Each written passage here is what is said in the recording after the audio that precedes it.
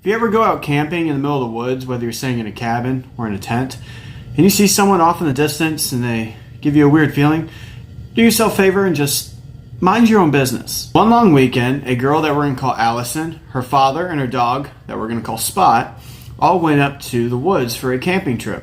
Her dad had rented out a cabin that sat right next to a riverbank, and crossing that was a cement dam. Once they got to the cabin, Allison, her father, and her dog Spot would just go walk down the river, just enjoy the area, the weather, the scene.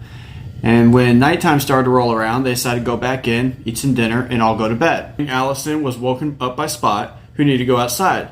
And being that it was cold out, she bundled herself up, grabbed his leash, grabbed a flashlight, and took him on out. And while she was out there walking him around, she noticed something off in the distance that caught her eye. And when she turned, she saw a dark, shadowy figure standing atop the cement dam that was across the river.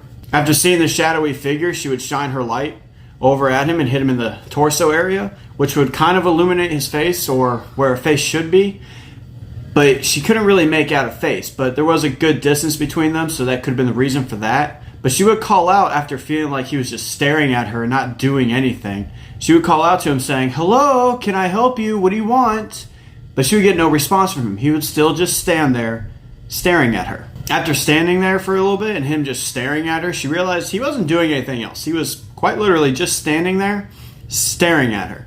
She immediately turned around and booked it back inside. As soon as her and Spot got back inside, she would take a chair and jam it on the door handle. But being that the cabin her dad had rented was all glass, there wasn't much else that she could do.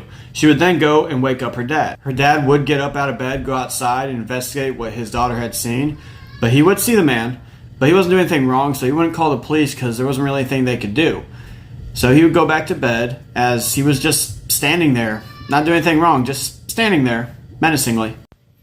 He would stay there and actually shift a little bit to where he was facing Allison's window for about 2 hours. And then he would eventually just turn around, walk up the road and over the hill, and he'd be gone. And Allison thought that was the end of it. Shortly after, she would go get a glass of water and come back, and she would see him walking towards her window. But it would look like his arm or leg got snagged on a tree, but then the rest of him kind of started to flap and move as if there was a wind blowing. But there was no wind that night. She has no idea what she saw that night, but it never occurred again throughout the entire weekend. It was just that one single night.